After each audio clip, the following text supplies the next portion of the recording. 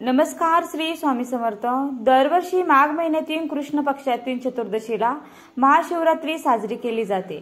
यावर्षी पंचांगानुसार महाशिवरात्री फाल्गुन कृष्ण चतुर्दशी तिथी 26 फेब्रुवारी रोजी सकाळी 11:08 ते 27 फेब्रुवारी रोजी सकाळी 8:54 पर्यंत आहे। पूजा मुहूर्त पाहिले तर महाशिवरात्री बुधवारी 26 फेब्रुवारी रोजी आहे। महाशिवरात्रीचे उपवास आणि पूजा त्याच दिवशी होईल। आपण वर्षभरामध्ये जितके काही सोमवार करतो किंवा महादेवांची जी काही व्रत वैकल्य वर्षभरामध्ये करतो त्या सगळ्या व्रताचं पुण्य आपल्याला फक्त एका महाशिवरात्रीचे व्रत केल्यामुळे मिळतं आणि त्यामुळे प्रत्येकाने महाशिवरात्रीचे व्रत आवर्जून केले पाहिजे। ज्या मुलामुलींचे विवाह होण्यामध्ये अडचणी येत आहे त्यांनी देखील महाशिवरात्रीचे व्रत करावे। यामुळे लवकर त्यांना मनासारखा जोडीदार मिळू शकतो। तसेच सौभाग्यवती महिलांनी हे व्रत केल्यास सौभाग्य अखंड राहते अशी देखील मान्यता आहे। 26 फेब्रुवारी रोजी महाशिवरात्रीचे व्रत करणाऱ्यांनी गुरुवारी 27 फेब्रुवारी रोजी उपवास सोडावा। महाशिवरात्रीचा उपवास सोडण्याची वेळ सकाळी 6:48 ते 8:54 पर्यंत आहे। या काळात तुम्ही उपवास सोडून उपवास पूर्ण करू शकता। महाशिवरात्रीचे व्रत लहान मुलं, स्त्रिया, पुरुष, घरातील सगळ्यांनीच केले पाहिजे। महाशिवरात्रीच्या उपवासाचे नियम आपण जाणून घेऊया। 1. महाशिवरात्री उपवासाच्या दिवशी सकाळी लवकर उठून पाण्यात काळे तीळ टाकून आंघोळ करावी। शक्य असल्यास गंगा स्नान करावे किंवा आंघोळीच्या पाण्यात गंगाजल मिक्स करून देखील तुम्ही आंघोळ करू शकता। शक्यतो ब्रह्ममुहूर्तात सूर्योदयाच्या 2 तास आधी आणि त्यानंतर सूर्योदय झाल्यावर सूर्यदेवाला अर्धजल अर्पण करावे आणि व्रताचा संकल्प घ्यावा। त्यानंतर नित्याची देवपूजा करावी। 2. उपवासाचे इच्छित फळ मिळण्यासाठी उपवासाच्या दिवशी शक्यतो फलाहार करून उपवास पकडावा।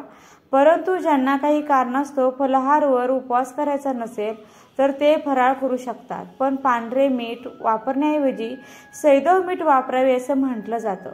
शेवटी उपवास आपला श्रद्धा आणि भक्तीवर असतो। तुम्ही फलाहार करून उपवास करा किंवा फराळ करून फक्त मनभावे करा।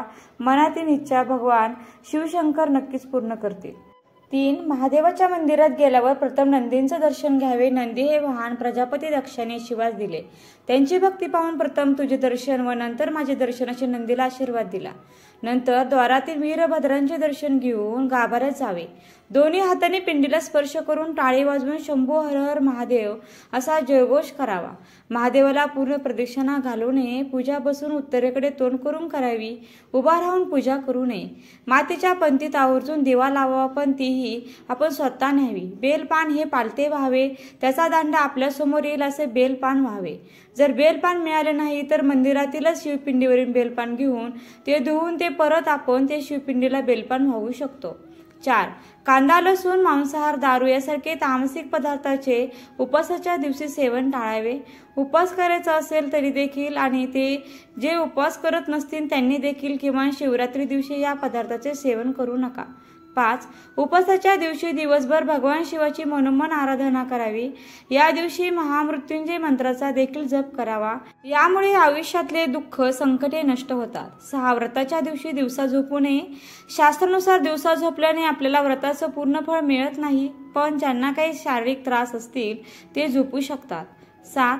महाशिवरात्रीचे व्रत काही जण निर्जला म्हणजेच काही न खाता पिता किंवा पाण्यावर, काही जण फलाहार तर काही फराळ करून करतात। आपल्या इच्छाशक्तीनुसार आणि शारीरिक क्षमतेनुसारच व्रत कसे करायचे ते ठरवावे। दुसऱ्याचा हेवा करून व्रत करू नका। 8. जर फराळ करून व्रत करत असाल तर साध्या मिठाऐवजी सैंधव मिठाचा प्रयोग करावा। 9. उपवासाच्या दिवशी ब्रह्मचर्याचे पालन करावे। शरीर आणि मनाची शुद्धता राखून ठेवावी म्हणून स्त्री पुरुष दोघांनी ब्रह्मचर्याचे पालन करावे। 10. उपवासाच्या दिवशी कोणाशीही भांडण तंटा करू नये किंवा निंदा करू नये। खोटे बोलून दुसऱ्याचं मन दुखावू नये। आपले आचरण केवळ सात्विकच ठेवावे।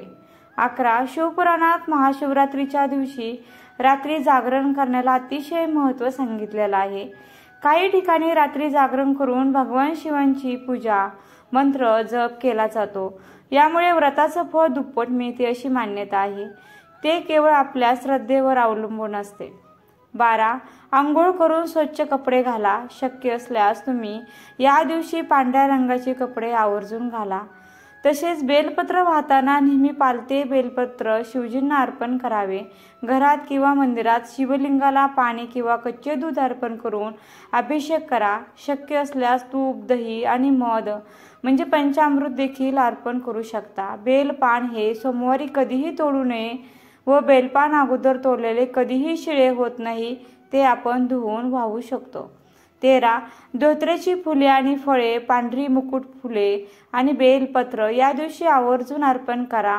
तसेच या दिवशी आवर्जून कवठ हे फळ खावे। तसेच धोत्रा, जास्वंद, मोगरा, कमळ, अपराजिता, शमी, मोहरीची पिवळी फुले, रुईची पांढरी फुले ही फुले आपण शिवपिंडीला वाहू शकतो। 14. पूजा करताना डोक्यावर ओढणी किंवा पदर घ्यावा। तसेच या दिवशी काळ्या रंगाची कपडे अजिबात घालू नयेत। 15. शिवलिंगाला शेंदूर कुंकू अर्पण करू नका। शिवलिंगाला नारळ पाणी अर्पण करू नये। तसेच केतकीची फुले, चाफेची फुले ही शापित फुले टाळावीत। बेलाचं पान तुटलेलं, 2 पाणी असलेलं अर्पण करू नये। महाशिवरात्रीच्या पूजेमध्ये तुळस, हळद, शंख, नारळ, केवड्याची फुले, केतकीची फूल, निशिगंधाची फुले, नारळ पाने, तुळशीची पाने इत्यादीचा वापर करू नये, हे शिवपूजित निषिद्ध मानलेले आहे। 16. महाशिवरात्रीच्या दिवशी अंघोळीच्या पाण्यात काळे तीळ टाकून अंघोळ केल्याने आपल्या आयुष्यातील पितृदोष आणि कालसर्पदोष निघून जातो आणि त्यामुळे काळे तीळ मिक्स करून अंघोळ करावी। 17. महादेवाच्या पिंडीवर अभिषेक करताना मग तो कशाचाही असो, दूध, दही, पाणी, पंचामृत किंवा इतर कशाचाही, त्यावेळेस वेगळा तांब्या किंवा भांड वापरावं। शंखाचा वापर करून अभिषेक करू नये।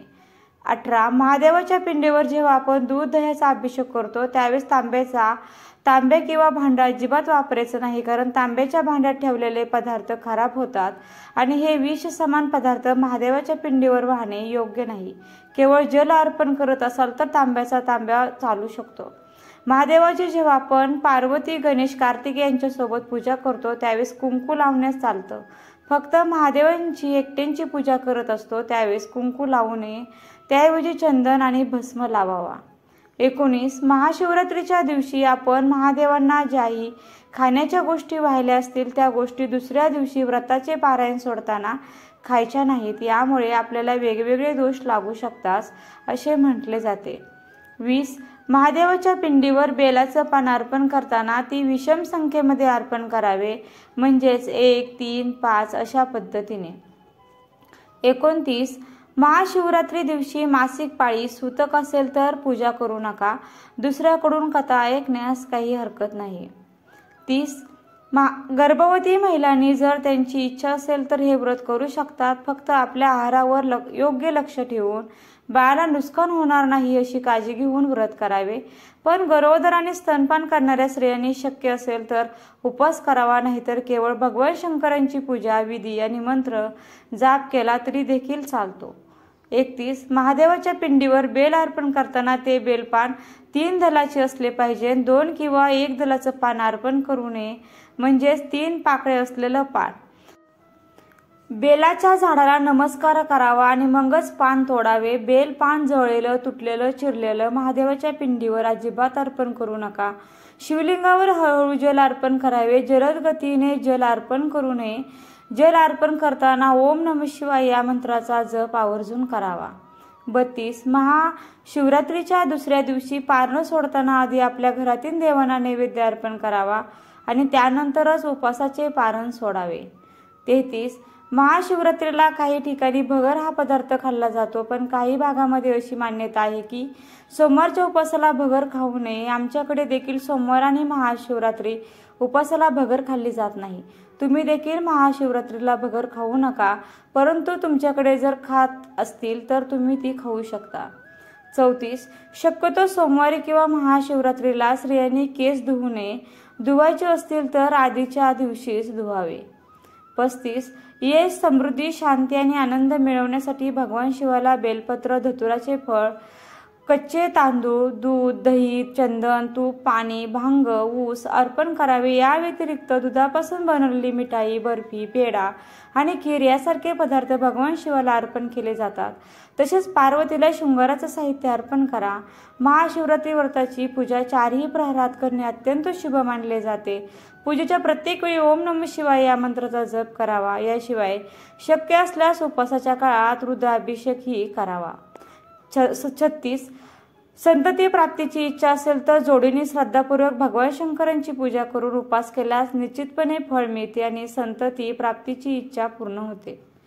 37 शिवरात्रीची पूजा रात्री एकदा किंवा 4 प्रहर म्हणजे 4 वेळा देखील करता येते. ते आपल्या इच्छेनुसार करावे. त्यानुसार पूजा करून दिवा आणि धूप लावावा. 38 ज्या पूजेदरम्यान भाविकांनी कधीही कुंकूचा तिलक लावू नये, त्याऐवजी चंदनाच्या तिलकाला प्राधान्य द्यावे.